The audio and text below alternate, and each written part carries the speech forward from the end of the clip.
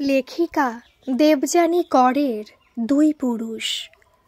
বর্ধমান জেলার নামজাদা বিশাল বড় জমিদার শ্রী শ্রী বাণীপ্রসাদ বন্দ্যোপাধ্যায়ের বড় ছেলের ঘরের ছোট নাতি গৌরাঙ্গ বিয়ে করে ঘরে এনে বউকে বাড়িতে তুলতে না তুলতেই ঘর ভর্তি লোকজনের মাঝখানে বরণ ডালা নিয়ে বরণ করতে যেতেই যশোদার দিদি শাশুড়ি কাপা গলায় বলে উঠলেন, "ওহো মোলোজা, হে যে একেবারে খাঁটি কয়লা গো।" পাশ থেকে যশোদার শাশুড়ি সুভাষিনী দেবী ঠেস মেরে থেমে থেমে বলে চললেন, "তার হবে না, কলকাতায় গিয়ে নেকা পড়া শিখে চাকরি বাকরি করতে গিয়েই তো আমাদের গৌর ওই নেকা পড়া জানা চাকুরিয়ালা কয়লা রূপের মেয়েকে বিয়ে করে এনেছে গো। ছি ছি, মেয়ার তোর জুটলো না রে কপালে, এই পরিবারের এত জলজলে আলোটাই নিভিয়ে দিয়ে একেবারে অন্ধকার করে দিল গো।" কথাগুলো কানে যেতেই গৌরাঙ্গের বউ পূর্বাশা প্রবল জোরে আঘাত খেয়ে উঠল। সেই সময় গৌরাঙ্গ বাইরে দাঁড়িয়ে কয়েকজনের সাথে কথা বলায় ব্যস্ত ছিল। পূর্বাশার শাশুড়ি যশোদা বরণডালা হাতে নিয়ে থরথর করে কাঁপতে লাগলো। তার দুপাশে দাঁড়ানো দুই জা কাদম্বিনী আর রূপাবলী শক্ত হাতে যশোদাকে ধরে রাখল। রূপাবলী যশোদার কানের কাছে মুখ এনে ফিসফিস করে বলল, "এত ভয় পেও না তো দিদি, ওদের মুখের ভাষা শুনতে শুনতে তো আমাদের অভ্যেস হয়ে গেছে, মুখের তো কোনো লাগাম নেই।" কাদম্বিনী রাগে বিড়বিড় করে উঠল, "মুখ নয় তো যেন শান বাঁধানো ছুরি। আহারে, নতুন বউ ঘরে পা দিতে না দিতেই ওনারা এই পরিবারের স্বরূপ একেবারে দেখিয়ে দিলেন।" কয়েক সেকেন্ড বাদে গৌরাঙ্গ পূর্বাশার পাশে এসে দাঁড়াতেই যশোদা চোখের জলকে কোনো রকমে আটকে রেখে নতুন বউকে ছেলে সহ বরণ করে নেওয়ার পর কাদম্বিনী আর রূপাবলীও বরণ করে ওদের দুজনকে ঘরে তুলল। বর্ধমান জেলার এক গ্রামে নামজাদা জমিদার বাণীপ্রসাদ বন্দ্যোপাধ্যায়ের চাষবাস ক্ষেত খামারের বিশাল ব্যবসা বহু বছর ধরে চলে আসছিল। ওনার অক্লান্ত পরিশ্রমের ফলে ব্যবসার অনেক উন্নতি হয়ে এত বড় বনেদি পরিবারের নাম ডাক চতুর্দিকে ছড়িয়ে পড়েছিল। শ্রীযুক্ত বাণীপ্রসাদ ও ওনার স্ত্রী শ্রীময়ী সুভাষিনী দেবীর 5 ছেলে ও 3 মেয়ের মধ্যে বড় ছেলে শিবপ্রসাদ ও মেজ ছেলে শ্যামাপ্রসাদ এই দুজনই বাবার ব্যবসার কাজে হাত লাগিয়ে ব্যবসাটাকে অনেক ওপরে নিয়ে গিয়েছিল। কিন্তু তার পরের 3 ছেলে মণিপ্রসাদ, রমাপ্রসাদ আর ছোট ছেলে ব্যামাপ্রসাদ কেউই আর সেরকম মানুষ হয়ে উঠতে পারেনি, বরং পরিবারের মধ্যে থেকে একরকম অভিশপ্ত অকর্মণ্য হয়ে পড়েছিল তারা। তবে রমাপ্রসাদ জন্মের পর থেকেই একরকম মানসিক ভারসাম্যহীন অবস্থাতেই বড় হয়ে চলছিল। অনেক ডাক্তার কবিরাজ দেখিয়েও ভালো হয়নি সে। মণিপ্রসাদের চারিত্রিক রোগ ছিল, বাড়িতে বউ থাকা সত্ত্বেও কত মেয়ের যে সে সর্বনাশ করে চলছিল তার কোনো হিসেবে ছিল না। আর অন্যদিকে ছোট ছেলে ব্যামাপ্রসাদ জুয়া খেলে নেশাখোর মাতাল হয়ে পড়ে থাকতো বেশিরভাগ সময়। রাত দুপুরে ঘরে ফিরে প্রায়ই বউকে পেটাতো। পরিবারের কর্ণধার বাবা বাণীপ্রসাদ এবং তার বড় 2 ছেলে শিবপ্রসাদ ও শ্যামাপ্রসাদ সবকিছু দেখে ও জেনে শুনেও এই অন্যায়ের বিরুদ্ধে কোনো প্রতিবাদ করে ওঠেনি কোনো দিনও। বাণীপ্রসাদের স্ত্রী সুভাষিনী দেবীর মুখের ওপরে কথা বলার মতন সাহস কারো ছিল না। এই পরিবারের ঐতিহ্য মান সম্মান যাতে এতটুকুও নষ্ট না হয়, বাড়ির ভেতরের কথা যাতে বাড়ির বাইরে না যায়, সেজন্যে জমিদার বাণীপ্রসাদ ও সুভাষিনী দেবীর কথা অনুযায়ী টাকা দিয়ে সবার মুখ বন্ধ করে রাখা হতো। আর এই রীতি রেওয়াজ বহু বছর যাবৎ চলে আসছিল এই পরিবারে বংশ পরম্পরায়। তবে এই পুরো পরিবারের ছেলেমেয়েরা সকলেই যেমন ফর্সা গায়ের রং তেমনি দেখতে সুন্দর ছিল। টাকা পয়সা ছাড়াও এটাও এই পরিবারের এক বিরাট অহংকার ছিল। ওনাদের বাকি 3 মেয়ে অপূর্ব সুন্দরী ছিল। তা সত্ত্বেও বড় মেয়ে সাবিত্রী বিয়ের পর সুখী হতে পারেনি, তার স্বামীর চরিত্রের দোষ ছিল। বাইজি বাড়িতে গিয়ে নাচের আসরে পড়ে থাকতো, বেশিরভাগ দিনই নেশা করে। ভালো ঘরের বনেদি পরিবার দেখে বিয়ে দেওয়া হয়েছিল 3 মেয়েরই 12-13 বছরের মধ্যেই। তাদের থেকে অনেক বড় ৪৫-৫০ বছরের ছেলে দেখে। সাবিত্রীর পরের বোন ধরিত্রীর কোনো বাচ্চা কাচ্চা না হওয়াতে শ্বশুরবাড়িতে অনেক কথাই সহ্য করে যেতে হয়েছিল তাকে। সবচেয়ে ছোট বোন পার্বতীর ১২তে পড়তে না পড়তেই বিয়ে হওয়ার ২ বছরের মধ্যেই সে তার থেকে ৩৯ বছরের বড় স্বামীকে এক কঠিন রোগে হারিয়ে শ্বশুর বাড়িতে বৈধব্য বেশে সংসারের এক কোণায় পড়ে থাকত দিনের পর দিন। বন্দ্যোপাধ্যায় পরিবারের দান ধ্যান, গরিব মানুষদের সেবায় সাহায্য করে ওঠা, এই সব উপকারিতার জন্য চারিদিকের গ্রামগঞ্জের মানুষজন তাদের খুব সম্মান করত। ভগবানের চোখে দেখত তারাই এত বড় নামকরা বনেদি পরিবারটিকে। দিনে দিনে ব্যবসা যখন ফুলে ফেপে উঠতে লাগলো, সেই সময় হঠাৎই একদিন বাণীপ্রসাদ হৃদরোগে আক্রান্ত হয়ে মারা গেলেন। বড় ছেলে ও মেজ ছেলে শিবপ্রসাদ আর শ্যামাপ্রসাদ ব্যবসায়ের হাল তখন থেকে আরও শক্ত হাতে তুলে ধরলেন। শিবপ্রসাদের ৩ ছেলে আর শ্যামাপ্রসাদের ২ ছেলে ও ২ মেয়ে তখন স্কুলে পড়ত। এমনিতেই বাড়িতে পড়াশোনার তেমন চল ছিল না। শিবপ্রসাদের ছেলেরা গোপাল, গোবিন্দ ও গৌরাঙ্গ, আর শ্যামাপ্রসাদের ২ ছেলে প্রবাল, দুলাল এবং ২ মেয়ে রেবতী ও তপতী যখন স্কুলে পড়ছিল, তখন শ্যামাপ্রসাদের ২ মেয়েরই স্কুলের গণ্ডি পেরোতেই জোর করে বিয়ে দেওয়া হলো বাড়ির চিরকালীন রীতি রেওয়াজ অনুযায়ী। এরা সবই ওই একান্নবর্তী পরিবারে পিঠে পিঠি বড় হয়ে চলছিল। শিবপ্রসাদ ও শ্যামাপ্রসাদের বড় ২ ছেলেরাই গোপাল, গোবিন্দ, প্রবাল আর দুলাল স্কুলের গণ্ডি পেরিয়ে কলেজে পড়াকালীন কলেজের মাঝপথেই পড়াশোনা ছেড়ে দিয়ে দিনে দিনে বাবা কাকার শারীরিক অবস্থার অবনতি হতে দেখে ওনাদের সাথে হাত মিলিয়ে ব্যবসায়ের কাজে ঝাঁপিয়ে পড়েছিল। কিন্তু শিবপ্রসাদের ছোট ছেলে গৌরাঙ্গ পড়াশোনায় বরাবরই খুব ভালো ছিল। সায়েন্স নিয়ে পড়াশোনা করে ফিজিক্সে অনার্স করার পর সে কলকাতায় চলে আসে ইঞ্জিনিয়ারিং পড়তে। মা যশোদা আর বাবা শিবপ্রসাদ অনেক বারণ করা সত্ত্বেও কয়েক বছর বাদে ইলেকট্রিক্যাল ইঞ্জিনিয়ারিং পাশ করার পর বছর খানেকের মধ্যেই একটা ভালো কোম্পানিতে চাকরি জোগাড় করে ফেলল গৌরাঙ্গ। সেই সময় অফিসে যাওয়া আসার পথে বাসস্ট্যান্ডে পূর্বাশাকে তার চোখে পড়ল। পূর্বাশা তখন কলকাতার একটা বড় হাই স্কুলের ম্যাথস টিচার হিসেবে কাজ করছিল। পূর্বাশা মেয়েটির গায়ের রং কালো ছিল, কিন্তু তার সাথে পরিচয় হবার পর তার কথাবার্তায় অতি বিনয়ী ব্যবহার, হাসি খুশি ও মার্জিত রুচিসম্পন্ন পূর্বাশাকে দেখে গৌরাঙ্গের খুব ভালো লেগে গেল। মেয়েটির মধ্যে এমন একটা সৌন্দর্য লুকিয়ে আছে যা দেখে গৌরাঙ্গ তার প্রেমে পড়ে যায়। আর পূর্বাশারও গৌরাঙ্গের মতন শিক্ষিত, ফর্সা, সুন্দর ও সুপুরুষ ছেলেটির সাথে পরিচয় হয়ে ভীষণভাবে ভালোবেসে ফেলে। দুজন দুজনের প্রেমে পড়ার পর গৌরাঙ্গ পূর্বাশার বাড়ি গিয়ে তার বাবা মা ও দাদার সাথে গিয়ে আলাপ পরিচয় করে নিয়ে পূর্বাশাকে বিয়ে করবে বলে কথা দিয়ে আসে। ওদেরও গৌরাঙ্গকে দেখেও আলাপ হয়ে বড় ভালো লাগে। এর মধ্যে দিয়ে অনেক দিন কেটে গেল। গোপাল, গোবিন্দ, অন্যদিকে শ্যামাপ্রসাদের ২ ছেলে প্রবাল আর দুলালেরও বনেদি ঘরের সুন্দরী স্কুলে পড়তে থাকাকালীন মেয়ে দেখে বিয়ে থা হয়ে গেল বর্ধমানে বিশাল আকারে ধুমধাম করে। গৌরাঙ্গ ভাইদের বিয়েতে এসে ঘুরে গেল। মা যশোদা ও শিবপ্রসাদ চাপ দিয়ে যেতে লাগলো গৌরাঙ্গকে বিয়ে করার জন্য। তারা পাত্রী দেখতে শুরু করে দিয়েছে তাদের যোগ্য ছেলের। বয়স তো কম হলো না, ৩০ হতে চলল। গৌরাঙ্গের বিয়ে থেকেই ধীরে ধীরে প্রথম পুরুষের সমাপ্তি ঘটে দ্বিতীয় পুরুষের আবির্ভাব ঘটতে শুরু করলো। কিছুদিন বাদেই গৌরাঙ্গ তার বর্ধমানের বাড়িতে এসে সকলের মাঝে নিজের পছন্দ করা কলকাতার এক শিক্ষিতা স্কুলের টিচার নাম পূর্বাশা সরকার, তার সাথে বিয়ে করবে বলে জানালো বাড়ির সকলকে এবং পূর্বাশার ফটোও দেখালো তাদের। ফটো দেখে বাড়ি শুদ্ধ লোকজন শিউরে উঠল। মা যশোদা কেঁদে উঠলেন হাউ হাউ করে ছেলের এই সিদ্ধান্তে। বাবা শিবপ্রসাদ তীব্র হুঙ্কার দিয়ে গর্জে বলে উঠলেন, তোমার এত বড় স্পর্ধা হলো কি করে?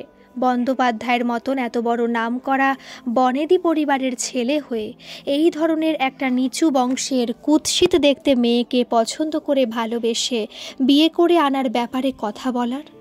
আমাদের বাড়ির বউদের সব একমাত্র বংশ মর্যাদা ও রূপ দেখে বিয়ে দিয়ে আনা হয়। পড়াশোনা জানা চাকরি করা মেয়ে নয়, তা তুমি জানো না? তাছাড়া প্রেম ভালোবাসার বিয়ে আমাদের পরিবারে আজ পর্যন্ত কোনোদিনও হয়েছে? এ বাড়ির পারিবারিক রীতিনীতি সংস্কার সব কিছু বিসর্জন দিয়ে বসে আছো নাকি? এসব তুমি জেনে শুনে আমাদের কোনো মতামত না নিয়ে ওই মেয়ের বাড়িতে গিয়ে কথা দিয়ে এলে ওই মেয়েকে বিয়ে করবে বলে? এত সাহস হলো কি করে তোমার? জোরে জোরে দুহাত নেড়ে বললেন শিবপ্রসাদ। এই বিয়ে কিছুতেই হতে পারে না, এই বিয়ে আমরা মানি না। শিবপ্রসাদ কথাগুলো একনাগাড়ে বলে থামতেই গৌরাঙ্গ তীব্র জোরে প্রতিবাদ করে উঠল, বাবা শিবপ্রসাদের সামনে দাঁড়িয়ে আঙুল তুলে। আপনাদের এই এত বড় নাম করা বনেদি জমিদার পরিবারের মান সম্মান বংশ মর্যাদা নিয়ে যে এত উঁচু গলায় অহংকার করে চলেছেন বা এতদিন ধরে করে এসেছিলেন, তার কতখানি মূল্য বা সত্যিকারের অবদান রয়েছে এই পরিবারের মান সম্মান নিয়ে? সত্যি করে বলুন তো। শুধুমাত্র রাশি রাশি টাকা ঢেলে পরিবারের কেচ্ছা আর জঘন্য অপরাধগুলোকে ঢেকে রেখে বাইরের সমাজের মানুষজনদের বোকা বানিয়ে মুখ বন্ধ করে রাখা ছাড়া আর কি কর্তব্য পালন করেছিলেন মনে রাখার মতো? শুধুমাত্র রূপ আর বংশ মর্যাদা দেখে ভালো ঘরের বনেদি পরিবারের বউদের এনে তাদের সাথে আমাদের অযোগ্য অকর্মণ্য কাকাদের বদ চরিত্র বদ নেশা আর নানা ধরনের কেচ্ছা ঢেকে রেখে লুকিয়ে চুরিয়ে শুধুমাত্র টাকার জোরে বিয়ে থা দিয়ে বাড়ির বউদের বাড়ির অন্দরমহলের ভেতরে বন্ধ করে রেখে দিয়েছিলেন। ঘরে ঘরে সেই কাকিমাদের কান্নার আওয়াজ আমি ছোট থেকে শুনতে পেয়েছিলাম। কিভাবে মানসিক ও শারীরিক নির্যাতন দিনের পর দিন তারা মুখ বুজে সহ্য করে চলছিল। কেউ চরিত্রহীন স্বামী, কেউ নেশাখোর মাতাল, আবার কেউ বদ্ধ পাগল। এই সব কিছু চেপে রেখে অন্য বাড়ির মেয়েদের এই পরিবারের বউ করে আনতে আপনাদের বিবেকে বাঁধল না একবারও? আপনাদের এই পাপের ফল ভোগ করে চলেছে আমাদের পিসিরাও। তীব্র রাগে ফেটে পড়ল গৌরাঙ্গ আবারও একঘর লোকের সামনে। বন্দ্যোপাধ্যায় পরিবারের মাথা মানে আমাদের দাদু বাণীপ্রসাদ বন্দ্যোপাধ্যায় ও ওনার স্ত্রী আমাদের ঠাকুরমা সুভাষিনী দেবী, তাই তো? একটা কথার উত্তর দিন তো, ওনারা কোন নিয়মের ভিত্তিতে কোন রীতিনীতি প্রথা অনুযায়ী সব জেনে শুনে শুধুমাত্র এই পরিবারের মান সম্মান বজায় রাখতে গিয়ে লুকিয়ে চুরিয়ে এই মিথ্যে অন্যায় কাজগুলো করে গিয়েছিলেন দিনের পর দিন? আমার ঠাকুরমা সুভাষিনী দেবীকে তো ছোটবেলা থেকে বাড়ির বউদের ওপরে অকারণে মুখের অকথ্য ভাষা আর বুলি ঝরিয়ে ছড়ি ঘোরাতে দেখে এসেছিলাম ছোট থেকে। শুধুমাত্র নিরপরাধ বউগুলোর ওপর কঠোর শাশুড়ির রূপ তুলে ধরতে গিয়ে কই কোনোদিনও তো ওনাদের নিজেদের অমানুষ অসৎ ছেলেদের শাসন করতে দেখিনি। এবারের নীতিপরায়ণ কর্তব্যরত বড় ভাইয়েরাও কি জেনে শুনেও এর বিরুদ্ধে কোনো প্রতিবাদ কোনোদিনও করে উঠেছিলেন না? জানতে চেয়েছিলেন এই নামজাদা পরিবারের অন্দরমহলে আটকে থাকা বউদের দুঃখ কষ্ট বা যন্ত্রণার কথা? বাড়ি শুধু সব চুপ করে যায় গৌরাঙ্গের দৃষ্টান্তমূলক অতি সত্যি কথাগুলো শুনতে শুনতে। এতক্ষণ এ বাড়ির কর্ত্রী সুভাষিনী দেবী চোখ কপালে তুলে বলে উঠলেন ছেলে শিবপ্রসাদকে ডেকে কড়া গলায়, ওরে বাবা শিবু, তোর ছেলে তো দেখি কলকাতায় নেকাপড়া ও চাকরি বাকরি করতে গিয়ে অনেক উন্নতি করে এসেছে রে। বাড়ির গুরুজনদের নিয়ে কিভাবে কথা বলতে হয় সম্মান দিতে হয় সেসব তো ভুলে বসে আছে। এত বড় কথা এ বাড়িতে এর আগে কখনো কেউ গুরুজনদের সামনে বলার মতন সাহস পেয়েছে? বলি ও যশোদা, কি ছেলের জন্ম দিয়েছ গো তুমি? পাশ থেকে দিদি শাশুড়ি বলে চললেন সুর মিলিয়ে, আর যে কত অধর্ম হতে দেখব গো। যেই বউ ধরে নিয়ে আসছে যশোদার ছেলে সে শুধু রূপেই কয়লা নয় গো, নেকাপড়া জানা মেয়ে এসে বাড়িটাকেও একেবারে অন্ধকারে নরক করে তুলবে, এও বলে রাখলাম আমি, শুনে রাখো সকলে। চুপ করুন আপনারা, বাড়িটাকে তো পচিয়ে নরক করে তুলেছেন বহুদিন ধরে আপনারাই। সেই আমাদের দাদু স্বর্গীয় বাণীভূষণ বন্দ্যোপাধ্যায় বেঁচে থাকাকালীনই আপনাদের এই মিথ্যে ঠুনকো মানসম্মান দেখতে গিয়ে আরও পচে গলে শেষ হয়ে যেতে বসেছে এই পরিবারটা শুধুমাত্র আপনাদের মতন লোকজনদের মানসিকতার জন্য। আমি কি সাধে এ বাড়ি ছেড়ে চলে গিয়েছিলাম ইঞ্জিনিয়ারিং পড়তে কলকাতায়, আর পারছিলাম না এই পরিবারের অন্ধ সংস্কার রীতি রেওয়াজ আর অন্যায়গুলোকে মেনে নিতে। যশোদা অনেকক্ষণ ধরে আড়াল থেকে ছেলেকে চুপ করতে বলছিলেন। এরপর হঠাৎই যখন গৌরাঙ্গ রেগে জোরে বলে উঠল, আপনারা সব আপনাদের মতন করে থাকুন, আমি আজ এই মুহূর্তেই এ বাড়ি ছেড়ে চলে যাচ্ছি। আমার বিয়ে করা বউকে নিয়ে এই পরিবারে আমি আর কোনোদিনও ফিরে আসব না। হাউ হাউ করে কেঁদে উঠে ছুটে এসে ছেলেকে জড়িয়ে ধরল মা যশোদা। বাবা, আমাকে ফেলে রেখে আর কোথাও যাস না রে, আমি মরে যাব। বলতে বলতে যশোদা অজ্ঞান হয়ে পড়ল। গোপাল গোবিন্দ ছুটে গিয়ে ডাক্তার ডেকে আনলো। ডাক্তার অনেকক্ষণ ধরে চেক আপ করার পর বললেন, ওনার প্রেশারটা খুব হাই হয়ে রয়েছে, দেখতে পাচ্ছি ছোটোখাটো একটা স্ট্রোকও হয়ে গেছে। ওনাকে একদম বেড রেস্টে থাকতে হবে বেশ কিছুদিন। কোনো রকম মানসিক আঘাত যেন উনি না পান, তাহলে ওনাকে বাঁচানো খুব কঠিন হয়ে পড়বে। টানা 1 মাস সেখানে থেকে মাকে সম্পূর্ণ সুস্থ করে তুলল গৌরাঙ্গ। আর তারপরে কলকাতা যাওয়ার আগে মাকে কথা দিয়ে গেল, কলকাতায় বিয়ে করার পর পূর্বাশাকে নিয়ে সে বাড়িতে এসেই উঠবে। বাড়িটাতে প্রচণ্ড পাপে ও জঞ্জালে ছেয়ে গেছে। পুরো পরিবারটাকে ভালোভাবে পাপমুক্ত করে ও নোংরা জঞ্জালগুলোকে ফেলে দিয়ে পরিষ্কার করে নিতে হবে।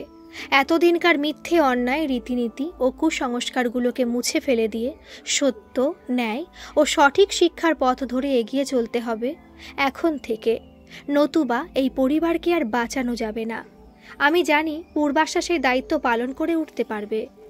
মায়ের আশীর্বাদ নিয়ে কলকাতায় গিয়ে বছরখানেকের মধ্যে বিয়ে থা করে পূর্বাশা ও গৌরাঙ্গ দুজনেই দুজনের চাকরির ট্রান্সফার নিয়ে বর্ধমানে বন্দ্যোপাধ্যায় পরিবারে এসে প্রবেশ করল। ঘরে ঢুকতে না ঢুকতেই এ বাড়ির গুরুজনদের থেকে বিষ মাখানো কথাগুলো শুনে নিয়ে চটপট হজম করে নিয়েছিল বুদ্ধিমতী পূর্বাশা তখনকার মতন।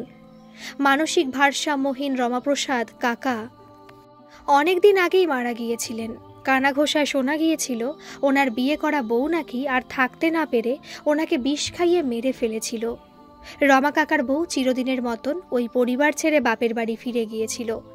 গৌরাঙ্গ যখন বিয়ে করে পূর্বাশাকে নিয়ে এই বন্দ্যোপাধ্যায় পরিবারে এসে ঢুকল, তখন স্বর্গীয় বাণীপ্রসাদের ছেলেদের মধ্যে বড় ছেলে শিবপ্রসাদ, মেজ ছেলে শ্যামাপ্রসাদ আর তার পরের 2 ছেলে মণিপ্রসাদ ও ব্যামাপ্রসাদ এবং অন্যদিকে 90 ঊর্ধ্ব সুভাষিনী দেবী ও ওনার দিদি শাশুড়ি বিনোদিনী দেবী বেঁচে ছিলেন কোনোভাবে। খুব অল্প বয়সে স্বামী মারা যাওয়ার পর থেকেই বিনোদিনী দেবী এই বন্দ্যোপাধ্যায় পরিবারে এসে উঠেছিলেন। শিবপ্রসাদ দিন দিনে চুপচাপ হয়ে যেতে লাগলেন। শ্যামাপ্রসাদেরও শরীর খুব একটা ভালো যাচ্ছিল না। পূর্বাশা মা যশোদাকে নিজের মায়ের মতন ভালোবাসত। বুদ্ধিমতী মেয়ে পূর্বাশা গৌরাঙ্গের মেজাজের আজ আগে থেকে টের পেয়েছিল। কোনো রকম অন্যায়কে গৌরাঙ্গ সহ্য করে উঠতে পারত না, তাই বাড়ির সব কথা সে গৌরাঙ্গের কানে তুলত না। নিজেই এই এত বড় একান্নবর্তী পরিবারের ভেতরের আবর্জনাগুলোকে প্রথমে দূর করবার জন্য উঠে পড়ে লাগলো তার স্কুলের চাকরির সাথে সাথে। বাড়ির সকলকে ভালোবেসে কাছে টেনে নেওয়া, সকলের দুঃখ কষ্টে নানাভাবে সাড়া দিয়ে ওঠা, মনের শক্তি জোগানো, অতি অমায়িক ব্যবহার এবং সকলের প্রতি সমানভাবে দেখভাল করা দেখে বাড়ির অন্যান্য সদস্যরাও ধীরে ধীরে নতুন বউকে ভালোবাসতে শুরু করলো। বাড়ির কাজের লোক চাকর বাকরেরা সকলেই এত শিক্ষিত হওয়া সত্ত্বেও তাদেরকে এত ভালোবেসে সম্মান দিয়ে কাছে টেনে নেওয়া দেখে ধন্য ধন্য করতে লাগলো তারাও নতুন বৌদি মণিকে। গোপাল, গোবিন্দ, প্রবাল ও দুলালের বউয়েরা পূর্বাশার ব্যবহারে ভালোবেসে ওকে অতি আপন করে নিতে লাগলো। ওদের ছেলে মেয়েরা এবং অন্যদিকে মণিপ্রসাদ ও ব্যামাপ্রসাদের ছেলেমেয়েরাও একসাথে স্কুলে পড়াশোনা করছিল। পূর্বাশা আসার পর থেকে এই পরিবারের ছেলে মেয়েদের পড়াশোনার প্রতি বিশেষভাবে নজর দেওয়া হতে লাগলো।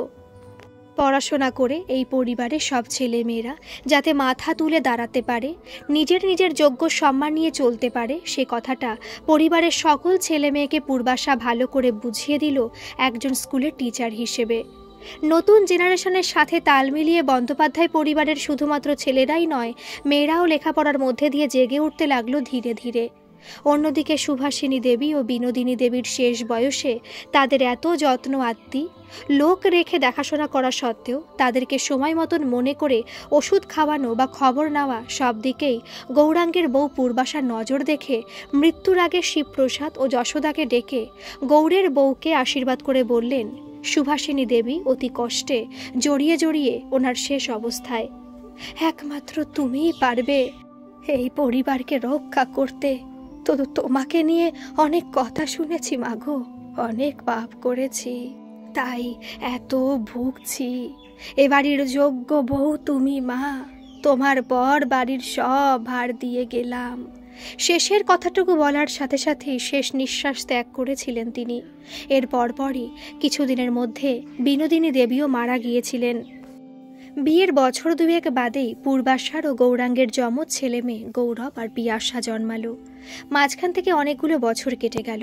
প্রত্যেকেরই ছেলেমেয়েরা স্কুল ডিঙিয়ে কলেজে, তারপর ওদের মধ্যে কেউ কেউ আবার কলেজ ইউনিভার্সিটি পেরিয়ে চাকরি বাকরি করতে শুরু করে দিল।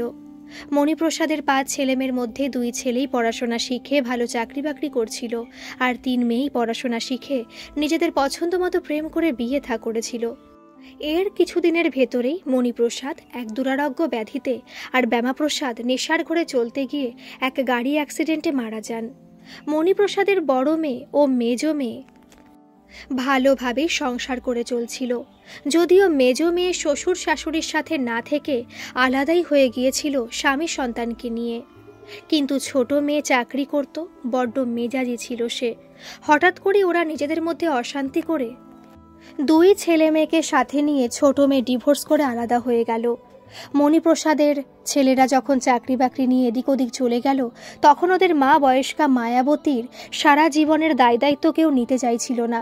তাই প্রথম দিকে কিছুদিন করে করে 2 ছেলের বাড়িতে ঘুরে ঘুরে থাকতে লাগলেন তিনি। মায়াবতীর বড় ও ছোট ছেলের ঘরে নাতি নাতনিরা যখন দিনে দিনে বড় হয়ে উঠতে লাগলো, পড়াশোনা শিখে, তখনই এত বয়সে ঠাকুমাকে অসুস্থ অবস্থায় বাড়িতে রেখে দেখাশোনার ভার নিতে একেবারে রাজি হচ্ছিল না তারা। যদিও এতদিন ধরে মায়াবতী সকলের সংসারে গিয়ে কাজের লোকের মতনই খেটে চলেছিল, নাতি নাতনিগুলোকে প্রাণ দিয়ে ভালোবেসে বড় করে তুলেছিল। মণিপ্রসাদের ছেলের বউরা ও শাশুড়িকে রাখার প্রয়োজন ফুরিয়ে যেতেই বড় হয়ে যাওয়া ছেলেদের সাথে যুক্তি করে স্বামীদের মতামতের ধার না ধরেই মায়াবতীকে বৃদ্ধ বয়সে এক অল্প পয়সার বৃদ্ধাশ্রমে তুলে দিয়ে এলো। মায়াবতী অনেক কান্নাকাটি করা সত্ত্বেও ধীরে ধীরে বন্দ্যোপাধ্যায়ের পরিবার থেকে একসময় পুরনো কালের রীতিনীতি, ধর্ম সংস্কার ও চাল বোল সবকিছুই পাল্টাতে শুরু করলো এক স্রোতের বেগে। বন্দ্যোপাধ্যায়ের পরিবারে পড়ে থাকা বাকি পুরনো বয়োজ্যেষ্ঠরাও শিবপ্রসাদ ও যশোদা, শ্যামাপ্রসাদ ও কাদম্বিনী প্রত্যেকেই এক এক করে পৃথিবী ছেড়ে চলে গেল। শুধুমাত্র মণিপ্রসাদ ও ব্যামাপ্রসাদের স্ত্রী বেঁচে ছিল। ছেলেমেয়েরা সকলের বড় হয়ে উঠতেই একান্নবর্তী পরিবারের ভাঙন ধরতে শুরু করলো। যদিও পারিবারিক ভাঙন ছেলেমেয়েরা বড় হয়ে উঠতে না উঠতেই একটু একটু করে লাগতে শুরু করেছিল। একান্নবর্তী পরিবারে যার যার রুজি রোজগার অনুযায়ী ভালোভাবে চলতে গিয়ে ঘরে ঘরে হাড়ি আলাদা হয়ে গেল। দ্বিতীয় পুরুষের পড়াশোনা জানা সকলের ছেলেমেয়েরা কেউ কেউ চাকরি বাকরি খাতিরে মাকে সাথে করে, নতুবা কেউ কেউ আয়া রেখে একা বাড়িতে বা বৃদ্ধাশ্রমে রেখে দিয়ে চলে গেল। প্রত্যেকেরই ছেলেমেয়েরা ছুটে চলল সব ক্যারিয়ারের পেছনে। কেউ কেউ বিয়ে না করে লিভ টুগেদার হয়ে দিনগুলো কাটিয়ে চলল। শুধুমাত্র কে কার থেকে বেশি টাকা কামাতে পারে সেই প্রতিযোগিতায় নেমে পড়ল দ্বিতীয় পুরুষের ছেলেমেয়েরা, যা দিয়ে সবকিছুকে কেনা যায়। পড়াশোনা জানা মেয়েদের স্বাধীনতাও বেড়ে চলল। প্রথম পুরুষের আমলের অন্দরমহলের ভেতরে বসে অন্যের রোজগারে চলতে গিয়ে বা হাত পেতে টাকা নিতে গিয়ে সেদিনের পড়াশোনা না জানা মেয়েরা যেভাবে পুরুষ মানুষ ও শ্বশুর শাশুড়ি ও ননদদের দ্বারা সংসারে পড়ে পড়ে মার খেয়ে চলছিল বা নানাভাবে অত্যাচারিত সংসারের এক কোনায় পড়েছিল, সেসব দিন বদলে গিয়ে পরবর্তী জেনারেশনের শিক্ষিত মেয়েরা দ্বিতীয় পুরুষে পা দিয়ে পুরুষদের সাথে পা মিলিয়ে আজ সমানতালে চলতে লাগলো। তবুও অতি শিক্ষিত সমাজের পরিবারগুলো নানান কারণে টুকরো টুকরো হয়ে দিনে দিনে একাকিত্বে পরিণত হয়ে চলল। নামজাদা একান্নবর্তী বন্দ্যোপাধ্যায় পরিবারের ভাঙন ধরা যখন একেবারে তুঙ্গে গিয়ে পৌঁছল, ঠিক তখনই দীর্ঘ 30 বছর বাদে বুদ্ধিমতী পূর্বাশা স্বর্গীয় বড় মা সুভাষিনী দেবীর মৃত্যুসজ্জায় বলা কথা অনুযায়ী পরিবারের সমস্ত ভার কাঁধে নিয়ে ওনার স্বামী ঠাকুরদা স্বর্গীয় বাণীভূষণ বন্দ্যোপাধ্যায়ের সমস্ত স্থাবর অস্থাবর সম্পত্তির উইল অনুযায়ী ভাগ বাটোয়ারা করে দিল সে সমানভাবে সকল পরিবারের মধ্যে, সাথে অত বড় বাড়িখানাও বিক্রি করে দিয়ে। টানা 30টা বছর বর্ধমানে কাটিয়ে ব্যামাপ্রসাদের স্ত্রী বিধবা রাধিকা ও তার একমাত্র ছেলে রাঘবকে সাথে নিয়ে নিজেদের ছেলে মেয়ে সহ কলকাতায় একটা বড় ফ্ল্যাট কিনে ফিরে এলো গৌরাঙ্গ আর পূর্বাশা। ব্যামাপ্রসাদের 2 মেয়ে মধ্যে একজন পাঞ্জাবি ছেলে ও আরেকজন মুসলিম ছেলেকে বিয়ে করে মুসলিম হয়ে গেল। বিয়ের পর ওরা আর তাদের মায়ের সাথে কোনো রকম যোগাযোগই রাখল না। গোপাল, গোবিন্দ, অন্যদিকে প্রবাল আর দুলালের ছেলেমেয়েরা কেউই ব্যবসা করতে রাজি না হয়ে চাকরি বাকরি করতে থাকায় শিবপ্রসাদ ও শ্যামাপ্রসাদ ওরাও বয়সের ভারে নিজেদের ব্যবসা গুটিয়ে নিয়ে বর্ধমান শহরে যার যার মতন আলাদা বাড়ি কিনে থাকতে লাগলো। পূর্বাশার গৌরাঙ্গের ছেলে গৌরব ইউকেতে ডাক্তারি পড়তে লাগলো, আর মেয়ে পিয়াসা ল পড়তে দিল্লি চলে গেল। আরেকদিকে ব্যামাপ্রসাদের একমাত্র ছেলে রাঘব গ্রাজুয়েশন কোনো রকমে কমপ্লিট করে চাকরি খুঁজতে লাগলো। পূর্বাশা রিটায়ার করে বসলো, আর গৌরাঙ্গ তখন কলকাতায় ফিরে এসে কন্ট্রাক্টের বেসিসে এক প্রাইভেট কোম্পানিতে জয়েন করলো। রাঘব অনেক সময় নিয়ে স্কুল পাশ করে শেষ পর্যন্ত তিনবার পরীক্ষা দিয়ে গ্রাজুয়েশন কমপ্লিট করলো সে কোনো রকমে। পড়াশোনায় একদমই ভালো ছিল না সে, এবং তেমন মনোযোগও ছিল না তার পড়াশোনার প্রতি। শুধু চাকরি একটা পাওয়ার চেষ্টায় ব্যস্ত ছিল সে। এর মধ্যে দিয়ে অনেকগুলো বছর কেটে গেল।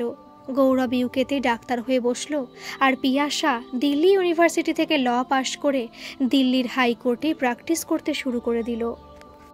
মাঝে মধ্যে কলকাতায় আসা যাওয়া করতো তারা। গৌরব একটি সাদা মেয়েকে নিয়ে অনেকদিন লিভ টুগেদার করে দেশে বিয়ে করতে এলো।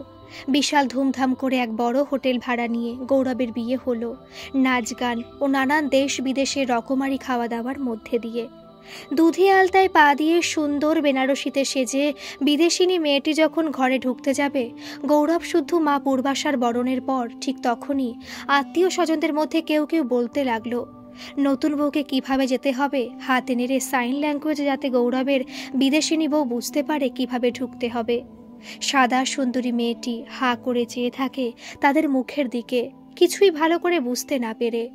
ঘর ভর্তি লোকজনের মধ্যে প্রতিবেশী বয়স্কা মহিলা একজন বলে উঠলেন, সে কি গো, বিদেশ থেকে বিয়ে করে আনা গৌরবের বউ এই সাদা মেয়েটি একদম বাংলা বলতে বা বুঝতে পারে না, তা কি করে ঘর করবে গো গৌরব ওর সাথে?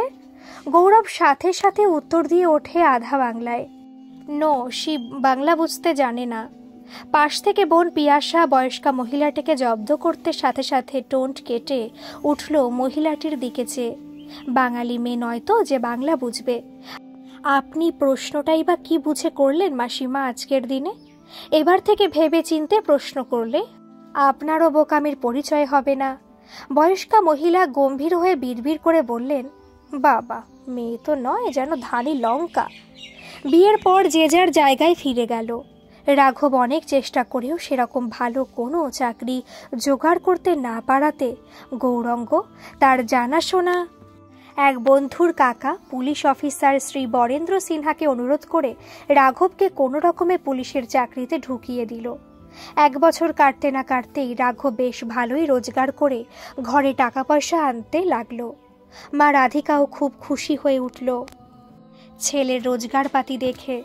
বছর 2-এর মধ্যে রাঘবের কাজ দেখে প্রমোশন হতেই রাঘব টাকা রোজগারের নেশায় মেতে উঠল। প্রায় রোজ রাতেই সে দেরি করে ফিরতে লাগলো রাতের ডিউটি নিয়ে। তার কাছে বাড়ির ডুপ্লিকেট চাবি সবসময় রাখা থাকতো। এর মধ্যে কানাঘুষ হয়ে পুলিশ অফিসার বরেন্দ্রবাবুর কানে এসে পৌঁছতে থাকলো রাঘব রাতের দিকে বর্ডারের আনাচে কানাচে নানা ধরনের স্মাগলিংয়ের ব্যবসার সাথে যুক্ত হয়ে আছে, কিন্তু তার কোনো সঠিক প্রমাণ কেউ জোগাড় করে এনে দিতে পারল না। বরেন্দ্র সিনহা রাঘবকে কিছু জিজ্ঞাসা না করে একদিন চুপি চুপি লুকিয়ে গৌরাঙ্গকেও সব কথা জানিয়ে সেখানে আসতে বললেন রাত 10টা, 10:30 নাগাদ।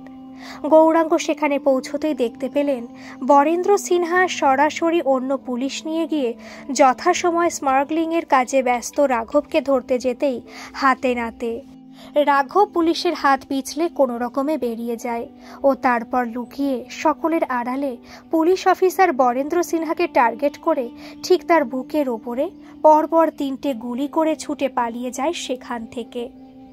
দূরে রাখা গৌরাঙ্গের কাজ নামানো গাড়িটা দেখতে পেয়ে রাঘব তার হাতের গ্লাভস খুলে নিয়ে রিভলভারটা গৌরাঙ্গের গাড়িতে ফেলে দিয়েই অন্ধকারের মধ্যে দিয়ে লুকিয়ে পালিয়ে যায়। গৌরাঙ্গ গুলির আওয়াজ পেয়েই সাথে সাথে গাড়ি থেকে নেমে এসে ভিড়ের মধ্যে গিয়ে দাঁড়ায়, আর সেই ফাঁকেই রাঘব পুলিশের চোখে ধুলো দিয়ে চটপট কাজ সেরে ভিড়ের মধ্যে দিয়ে পালিয়ে যায়। বাড়ি পৌঁছে নিজের ঘরে গিয়ে শুয়ে পড়ে রাঘব। একটু বাদে এত রাতে হঠাৎ ফোন আসাতে রাঘবকে তার ঘর থেকে ঘুম ভাঙিয়ে তুলে ডেকে এনে খবরটা দেয় পূর্বাশা ও রাধিকা। থরথর করে কাঁপতে থাকে তারা খবরটা শোনা মাত্র। রাঘব তড়িঘড়ি করে জামাকাপড় পাল্টে ছুটে আসে সেখানে।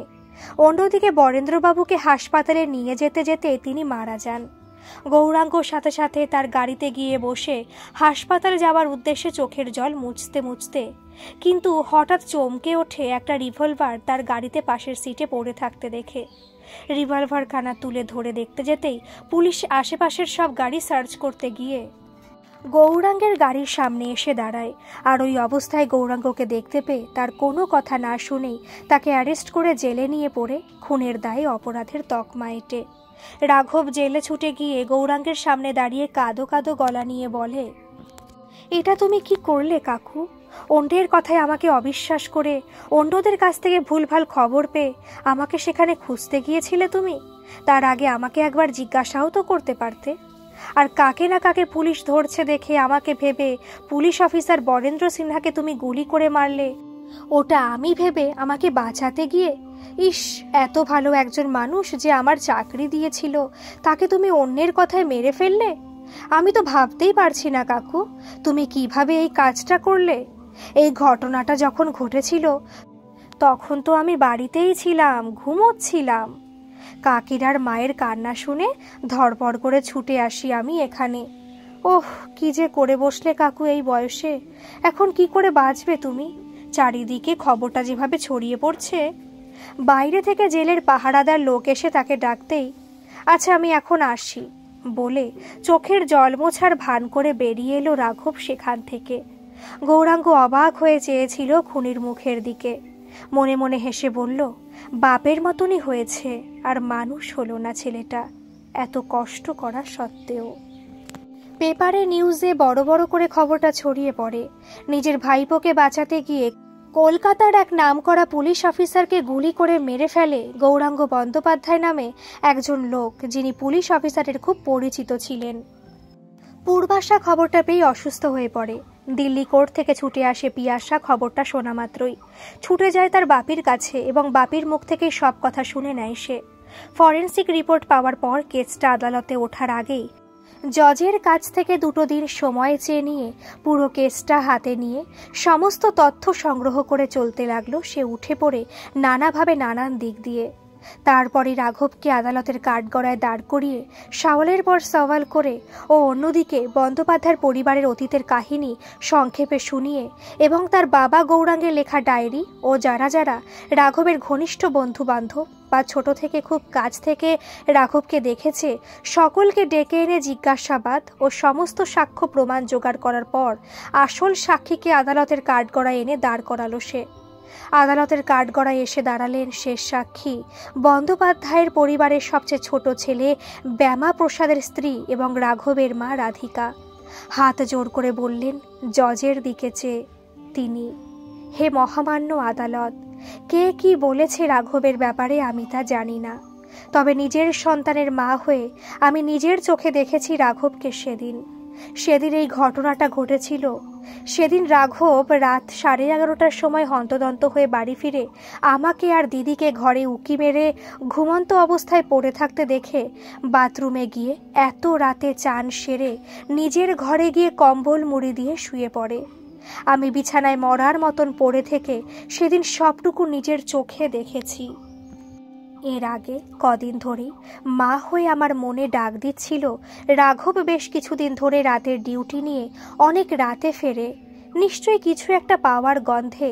আর সেদিন এত তাড়াতাড়ি ফিরতেই এবং তারপর থেকে তাকে মিথ্যে কথা বলতে দেখে ও ভেতরে ভেতরে ছটফট করতে দেখে আমি সম্পূর্ণভাবে নিশ্চিত হয়ে গিয়েছিলাম এই জঘন্য খুনের কাজটা আমার ছেলেই রাঘবই করেছে।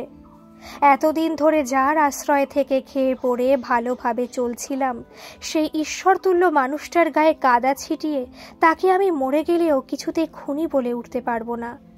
আমি জীবনে অনেক অনেক দুঃখ কষ্ট যন্ত্রণা পেয়েছি আমার স্বামীর কাছ থেকে। শেষ বয়সে এসে একটু শান্তিতে থাকতে চেয়েছিলাম, কিন্তু যে ছেলের শরীরে তার বাপের রক্ত বইছে তাকে যতই ভালো করে তোলার চেষ্টা করা হোক না কেন সে সেই দাগি আসামি থেকে যাবে। তাই আমার একান্ত অনুরোধ, ওকে জেলের ভেতরেই বাকি জীবনটা রেখে দিন। সারাটা জীবন লড়াই করতে করতে আমি আজ বড় ক্লান্ত। এই বয়সে এসে আমি আমার এই নিঃস্বার্থ পরায়ণ ভাই ও ভাইয়ের বউয়ের আশ্রয়ে থেকে বাকি জীবনটায় একটু শান্তিতে ঘুমোতে চাই। কান্নায় ভেঙে পড়া রাধিকা জেঠিকে এসে পিয়াসা জড়িয়ে ধরল দুহাতে।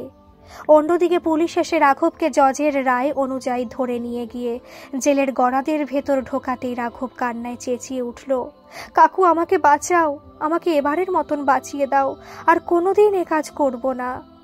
গরাদের ভেতরে প্রতিধ্বনিত হয়ে চলল তার কথাগুলো।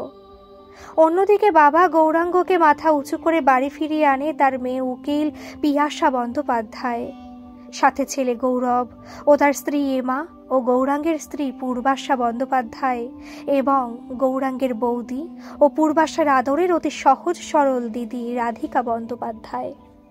দ্বিতীয় পুরুষের নারীরা এক সময়ের মানসিক ও শারীরিক নির্যাতন ও অত্যাচার সহ্য করতে করতে যখন আর পেরে ওঠে না, দেওয়ালে পিঠ ঠেকে যায়, একতরফা করতে করতে তার বিনিময়ে শুধু আঘাতের পর আঘাত খেয়ে চলে, তখন শেষ বয়সে এসে বড্ড বেশি একাকিত্ব হয়ে বড় ক্লান্ত হয়ে পড়ে। নিজেদের সন্তানদের কাছ থেকেও মনের দিক থেকে অনেকটাই দূরে চলে যায় তারা। রক্তের সন্তানদের কাছ থেকে সাংঘাতিক দাগা পেরে পড়ে সন্তানদের জন্য দুঃখ কষ্টে আর সেরকম প্রাণ কেঁদে ওঠে না। ভালোবাসার সম্পর্কগুলোকে এভাবে হারিয়ে ফেলে মনের ভেতরের হাহাকারটা তখন বড় কঠিন নিষ্ঠুর রূপ ধারণ করে বসে। এভাবে দ্বিতীয় পুরুষেরা জেগে উঠে অতীতকে ফেলে ধীরে ধীরে বর্তমান আর ভবিষ্যতের দিকে এগিয়ে চলতে থাকে একটু অন্যরকম ভাবে। আজকের এই গল্পটি আপনাদের কেমন লাগলো অবশ্যই কমেন্ট করে জানাবেন, আর ভালো লাগলে একটা সাবস্ক্রাইব করে আমার পাশে থাকবেন। ধন্যবাদ।